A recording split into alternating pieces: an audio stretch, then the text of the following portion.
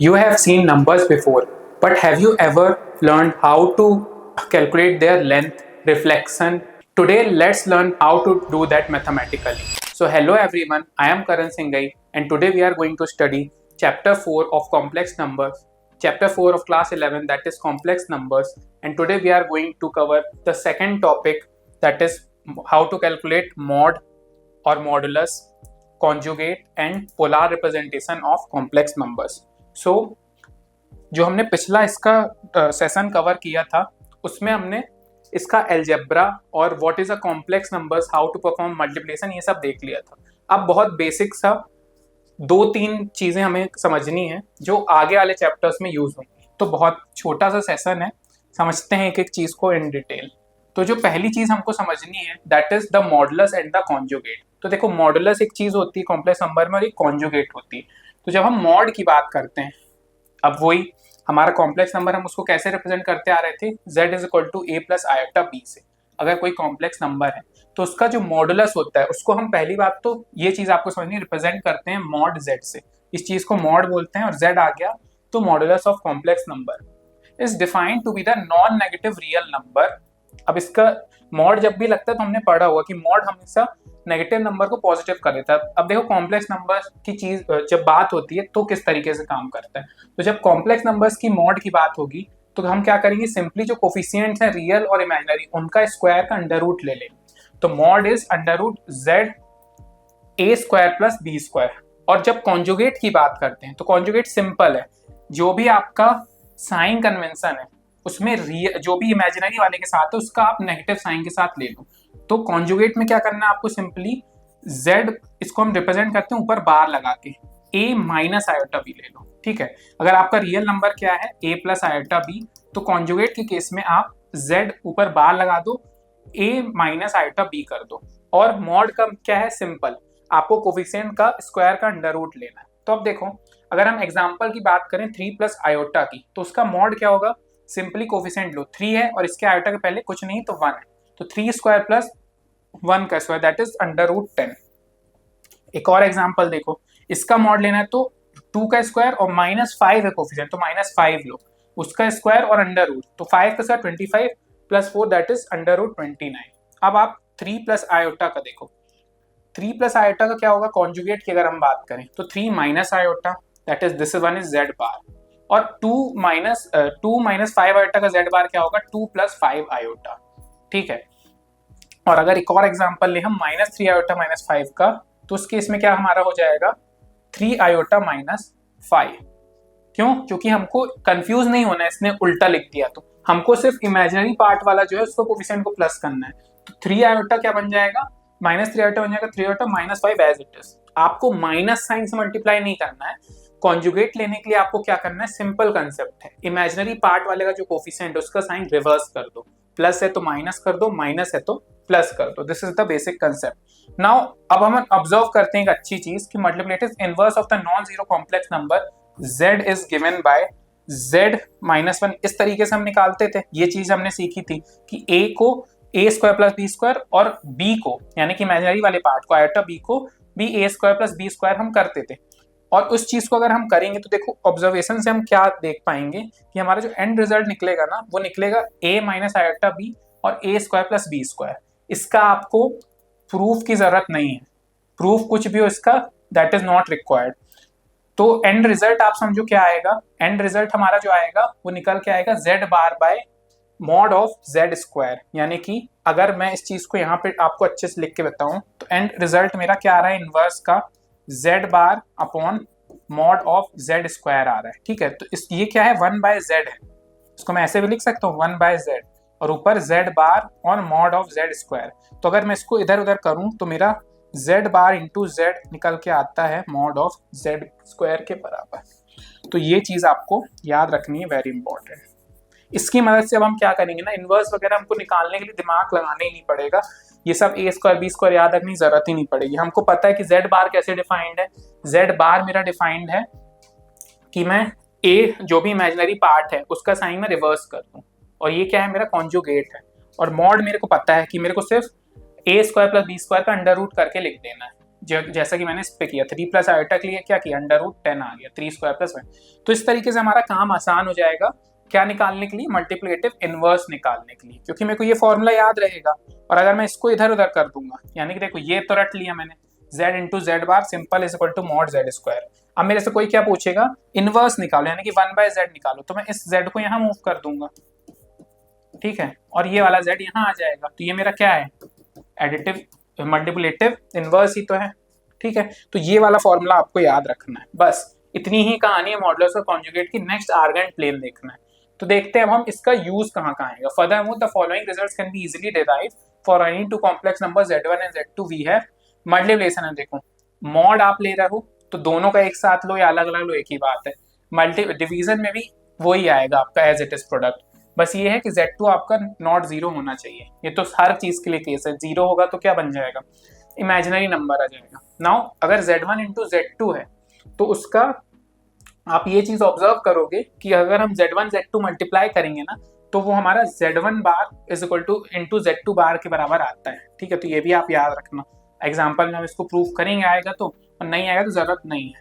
अब z1 plus minus z2 इसके बराबर आता है, ये भी आप याद रखना कि प्लस माइनस करने पे ये इसके कॉन्जुगेट के बराबर आता है, ठीक है। नेक्स्ट z1 बाय z2 करने पे आप ऐसा लिख सकते हो, कोई दिक्कत नहीं है। मतलब कि जब हम कॉम्प्लेक्स नंबर्स ले रहे हैं, उनका डिवीजन ले रहे हैं, वो उनके कॉन्जुगेट के डिवीजन बराबर भी आता है, provided z2 is not equal to 0। अब चलो एग्जांपल में देख लेते हैं कि मल्टीप्लिकेटिव इनवर्स निकालना है 2 - 3 आयोटा का। तो अब मैं क्या बताया आपको ट्रिक कि हमको वो सब a square plus b square की झंझट पालनी नहीं। इसलिए मैं जब पहला सेशन लिया था ना, तभी मैं आपको बोल रहा था कि आप वो सब फॉर्मूले रटना ही मत, क्योंकि आगे हमारे पास ये वाला जुगाड़ रहेगा। तो हमने क्या किया, z is equal to 2 - 3 iota लिखा, z बार निकाला, सिंपल। जो भी साइन है उसको इन्वर्ट कर दो इमेजिनरी पार्ट का, तो 2 - 3 आयोटा है तो z प्लस 3 आयोटा बन गया, सॉरी 2 प्लस 3 आयोटा बन गया। और अपने को निकालना है z बार, तो z बार के लिए क्या करना है, 2 का स्क्वायर प्लस माइनस √3 का स्क्वायर। क्यों, क्योंकि हमने मॉड z क्या सीखा था, हमने मॉड z सीखा था a square plus b square. अब मेरा स्क्वायरिंग ऑन बोथ साइड हो गई, स्क्वायरिंग ऑन बोथ साइड हो गई, तो क्या हुआ, ये स्क्वायर अब किसके बराबर आ जाएगा, direct a square plus b square के। तो ये देखो ये निकाल लिया हमने, तो 2 का स्क्वायर माइनस 3 का square that is 4 plus 9 that is 13। तो अब मेरे पास दोनों है। तो देखो z इनवर्स निकालने के लिए अब क्या है फॉर्मूला, हमको पता है, मैंने बताया आपको। z इनवर्स निकालना हो तो हम क्या करेंगे, यहाँ से चल लेंगे। z इनवर्स मेरा कहाँ से, यहाँ से निकल आएगा। z इनवर्स के लिए मैं क्या करूंगा, ये फॉर्मूला आगे आपको फिर लिख के बता देता हूँ कि मैंने रट लिया z और into z bar is equal to z square है, ये मेरे को रटा है। तो अब z बार के लिए क्या करना है, सॉरी z के लिए ये चीज इधर ले आओ, ये इधर ले आओ, तो ये मेरा z बार बन गया। 1/z क्या है, तो यानी क्या करना मेरे को, ऊपर कॉन्जुगेट को डिवाइड कर देना है मेरे को z स्क्वायर से। तो कॉन्जुगेट ये देखो ये है फॉर्मूला, तो कॉन्जुगेट ये निकला है 2 + 3 आयोटा, और z स्क्वायर भी है 13, तो 2/13 ये मेरा फट से निकला है। तो एकदम इजी मैनर में हमारा हो गया। और दूसरी ट्रिक मैंने क्या बताई थी, अगर आपको ये भी नहीं याद है तो हमारी दूसरी वाली ट्रिक है कि 2 - 3 आयोटा का हमको क्या निकालना है, z इनवर्स निकालना है, 1/z निकालना है, ये वाली चीज निकालनी है, ठीक है। तो अब क्या करो, ऊपर नीचे 2 + 3 आयोटा से मल्टीप्लाई कर दो, तो नीचे क्या होगा, रियल पार्ट बन जाएगा। और इसको अपन एक पेज ऐड करके मैं आपको बता ही देता हूँ, दैट इज दूसरी ट्रिक। क्या है, z इज इक्वल टू हमारा है प्रॉब्लम में 2 - 3 आयोटा, मेथड नंबर 2 है, सिंपल 1/z कैलकुलेट करना है ना, यानी कि क्या कैलकुलेट करना है, 1 माइनस ये करना है, क्या करो इसका कॉन्जुगेट से मल्टीप्लाई कर दो। अब वहां पे अपन बोल नहीं पा रहे थे, अब बोल पा रहे हैं क्योंकि हमने पढ़ लिया है। तो देखो a square minus b square नीचे बनेगा, यानी कि 4, 2 का स्क्वायर बनेगा a स्क्वायर, तो 2 का स्क्वायर आ जाएगा अपना 4, और माइनस b का स्क्वायर, तो आयोटा का स्क्वायर -1 यानी कि +1 दे देगा आपको, और 3 का 9, तो यानी कि 4 + 9 नीचे बन जाएगा, और ऊपर क्या रह जाएगा 2 + 3 आयोटा, तो क्या बन जाएगा 2/13 प्लस 3/13 आयोटा। देखो मैच कर लो 2/13, तो जो मर्जी है अपने हिसाब से जो भी फिजिबल लगेगा वो ट्रिक अपना लेना। बस अब ये लास्ट कंसेप्ट आ गया हमारे इस चैप्टर का, that is Argand plane and polar representation. तो हमको पता है, हमने प्रीवियस चैप्टर में पढ़ा है कि corresponding to each order pair of real numbers x and y we get a unique point on in the xy plane and vice versa with reference to a set of mutually perpendicular lines known as the x axis and the y axis। तो ये चीज हमने पढ़ रखी है, ठीक है, कि ये हमारी नंबर एक्सिस होती है, ये हमारी पॉजिटिव एक्स एक्सिस, ये नेगेटिव एक्स एक्सिस, ये पॉजिटिव एक्स एक्सिस, ये पॉजिटिव वाई, ये नेगेटिव वाई। तो corresponding to any two real numbers हमको एक पॉइंट मिलता है जिसको हम एब्सिसा और ऑर्डिनेट बोलते हैं, ठीक है। ये एक डिस्टेंस x1 है और ये y1 है। तो सेम मैनर में कॉम्प्लेक्स नंबर्स की भी एक्सिस होती हैं।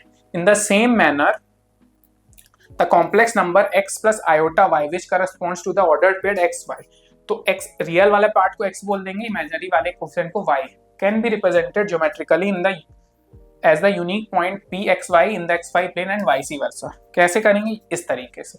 अगर देखो बहुत सारे पॉइंट्स मैंने बना दिए एग्जांपल्स के, अब वो हम अपनी इस एक्सिस पे देखेंगे जिसको हम बोलते हैं आर्गेंट प्लेन। देखते हैं some complex number such as 2 + 4 iota -2 + 3 iota 0 + 1 iota 2 + 0 iota -5 - 2 iota and 1 - 2 iota which correspond to the ordered pairs. अब देखो इसके पेयर्स कैसे बनाओगे आप? 2 + 4 आयोटा है तो ये बन जाएगा 2 4, -2 + 3 आयोटा है तो -2 3, 0 + 1 आयोटा तो 0 1, 2 + 0 आयोटा तो 2 0, -5 2 आयोटा -5 2 और -1 2 आयोटा का 1 - 2 respectively have been represented geometrically by the points A B C D E F। तो देखो सिंपल, पहला वाला मैं आपको बताता हूँ। 2 4 कैसे प्लॉट करोगे? सिंपल, जैसे अपन नंबर एक्सिस में करते, तो 2 यहाँ आ रहा है, 4 यहाँ आ रहा है, तो 2 4।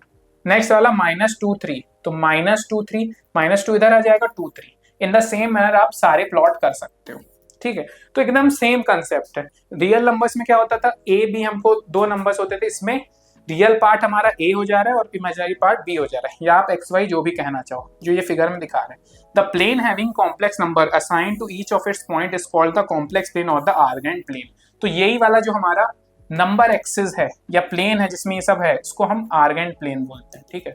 कोई आपसे पूछे तो आप बता सकते हो आर्गेंट प्लेन क्या है, और इसी चीज को हम कॉम्प्लेक्स प्लेन भी बोलते हैं। तो बस इतनी ही कहानी थी। अब पोलर रिप्रेजेंटेशन में हम देख लेते हैं। Obviously in the Argand plane the modulus of the complex numbers that is x plus iota y is equal to √x² is the distance between the point. अब जो मॉड निकाल रहे थे ना, उसका भी सिग्निफिकेंस है। कुछ ऐसे ही हम नहीं पढ़ते मैथमेटिक्स में। तो जो ये मॉड हम निकाल रहे थे ना, वो डिस्टेंस है from origin to that point. तो ये समझ में आया आपको सिग्निफिकेंस क्या है? सिग्निफिकेंस ऑफ मॉड यही है कि वो डिस्टेंस निकाल रहा है between origin and the point pxy। The points on the x-axis corresponds to the complex numbers of the form a plus iota 0 and the points on the y-axis corresponds to the complex numbers of the form। यानी कुछ नहीं, कहने का मतलब है जो ये x वाली लाइन है इसमें आपके सारे रियल नंबर्स आते हैं और y वाली रिप्रेजेंट आपकी क्या कर रही है? इमेजिनरी नंबर को। So this is the polar representation. अब इसमें एक लास्ट चीज और है जो हमको देखनी है। The x-axis and the y-axis in the argand plane are called, ये जो x एक्सिस और y एक्सिस इसी को हम क्या बोलते हैं? In the Argand plane are called respectively the real axis and imaginary axis, जो मैंने आपको बताया। यानी कि x एक्सिस हमारी रियल है और y वाली हमारी इमेजिनरी है। The representation of a complex number z is equal to x plus iota y and its conjugate. अब देखो तो कॉन्जुगेट में क्या होगा? जो आपका इमेजिनरी वाला पार्ट है उसको हम नेगेटिव कर देंगे। तो अगर pxy है तो ये px माइनस y हो जाएगा। तो देखो दोनों एक दूसरे की आपको मिरर इमेज दिख रहे होंगे। z is equal to x plus iota y in the argand plane are respectively the points xy and qy geometrically these are mirror image of the point on the real axis। तो अब इसका भी significance आपको समझ आया conjugate का, कि अगर हम कॉन्जुगेट निकालें तो ये हमको एक मिरर इमेज दिख रही है, ठीक है। इस तरीके से हम और डिस्टेंस निकालना चाहें तो ये इस तरीके से हम निकाल पाएंगे, क्योंकि ये हमको पता है, ये भी हमको पता है, तो हम ज्योमेट्रिकली कुछ ना कुछ त्रिकोण लगा के निकाल लेंगे। From rectangular to polar and from real to imaginary the complex numbers are more flexible than we think. So with this I conclude the second and final session of chapter number 4 complex number of class 11। अब अगर आपको in depth कोई concept पढ़ना है तो आप हमारा फ्यूके education app download कर सकते हो, और अगर आपको इस पर्टिकुलर सेशन में कोई डाउट है तो आप नीचे कमेंट कर सकते हो। I will be happy to help you all. मिलते हैं नेक्स्ट सेशन में। Thank you very much.